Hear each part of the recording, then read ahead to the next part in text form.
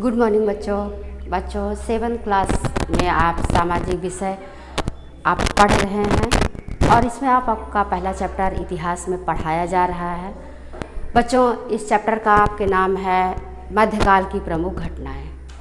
इसमें अभी तक आपने काफ़ी कुछ पढ़ चुके हैं और इसमें जो आज का पॉइंट आपको पढ़ना है वो है एशिया का घटनाक्रम।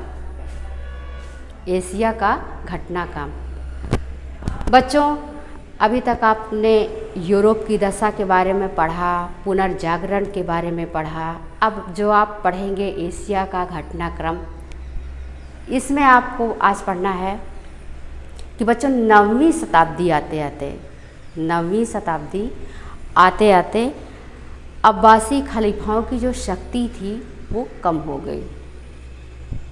अब्बासी खलीफाओं की जो शक्ति थी बच्चों वो कम हो गई और उनके अधीन जो सभी प्रांत थे वो लगभग स्वतंत्र हो गए। उनके साथ या इनसे संबंधित जितने भी प्रांत थे बच्चों वो स्वतंत्र हो गए और जो तुर्क थे वो मध्य एशिया में अपने शासन को, अपने साम्राज्य को बढ़ाने के लिए आगे बढ़े, क्योंकि उस समय बच्चों ये तुर्क जो थे वो बहुत ही शक्तिशाली थे। तुर्की साम्राज्य जो था वो काफ़ी शक्तिशाली था और उन्होंने अपने शासन को आगे बढ़ाने के लिए, अपने आप को शक्तिशाली बनाने के लिए ये धीरे धीरे पश्चिमी एशिया की तरफ बढ़ते गए और वहाँ पे इन्होंने कुछ राज्यों को जीतकर अपने शासन की स्थापना की, जैसे फारस, इराक, सीरिया, वेजेटाइन।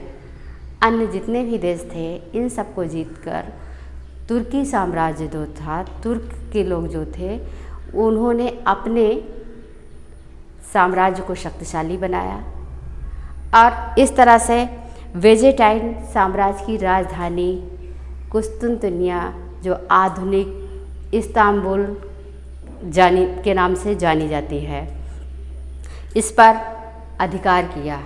अपने साम्राज्य और वैभव का विस्तार किया कुस्तुनतुनिया में। और बच्चों, इस रोम साम्राज्य जो था इसका प्रतिद्वंदी था। रोम साम्राज्य जो था इसका प्रतिद्वंदी था और इसकी जो सभ्यता थी वह प्राचीन यूनानी सभ्यता के आधार पर प्राचीन यूनानी सभ्यता पर आधारित थी।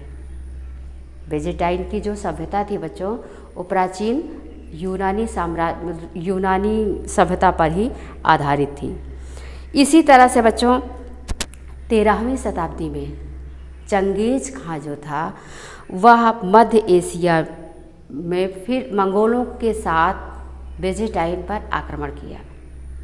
चंगेज खां चीन का रहने वाला था और मंगोल साम्राज्य का था और उसने वेजेटाइन पर आक्रमण किया और आक्रमण करने के बाद 1453 ईस्वी में कुस्तुनतुनिया पर वह अपने विजय का परचम लहराया है।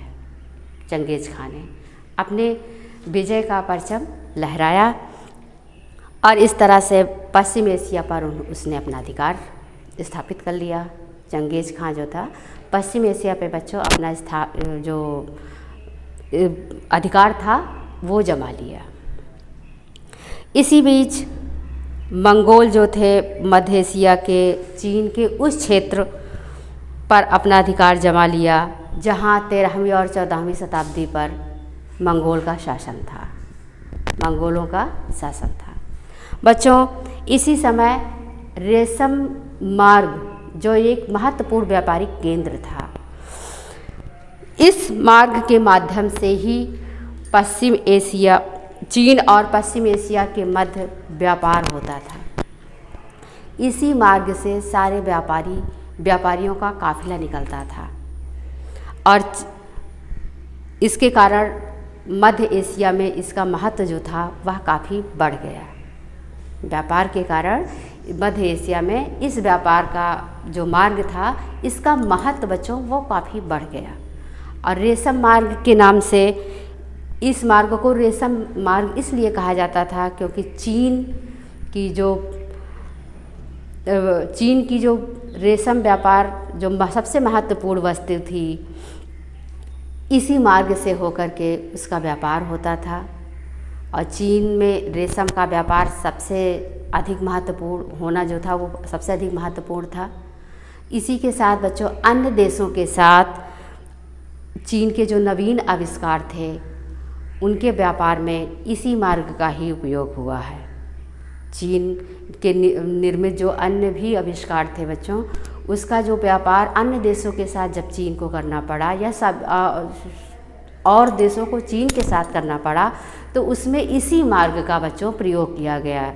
तो इसलिए इस ये मार्ग जो था वो रेशम मार्ग के नाम से जाना गया और इतिहास में इस रेशम मार्ग का बहुत ही उपयोग किया गया। रेशम मार्ग जो था ये बहुत ही महत्वपूर्ण था व्यापार के दृष्टिकोण से, व्यापारी दृष्टिकोण से ये मार्ग जो था वो अत्यंत महत्वपूर्ण था। बच्चों इसके साथ ही पश्चिम एशिया से आए बारूद, कागज़, कंपास और छापने की जो कला थी वह चीन से ही यूरोप पहुंची है। चीन से ही वह यूरोप पहुंची है और चीन के अन्य व्यापारिक समुद्री मार्ग जो थे वह व्यापार करते थे बंदरगाहों के माध्यम से, जैसे कि कैप्टन, अमाय और दक्षिणी चीन के अन्य बंदरगाह जो चलकर भारत और पूर्वी अफ्रीका तक जाते थे। भारत और पूर्वी अफ्रीका तक इनका व्यापार जो था वो बच्चों होता रहता था। और इन्हीं एशियाई जो बंदरगाह थे इसमें भारत के जो व्यापारिक प्रतिद्वंदी थे वो अन्य देशों के साथ ही भी व्यापार करते थे। जावा, सुमात्रा, कंबोडिया, मलाया आदि जो देश थे। तो इस प्रकार से हम यह देखते हैं बच्चों कि इस व्यापारिक मार्ग के कारण, इस व्यापार के कारण एक देश दूसरे देश की संस्कृति से अवगत हुए, एक देश दूसरे देश के साथ संबंध अच्छे बने और एक देश के विद्वान दूसरे देश के विद्वान में काफ़ी कुछ आदान और प्रदान किया गया। तो बच्चों मध्य एशिया का जो घटनाक्रम था वो यही था।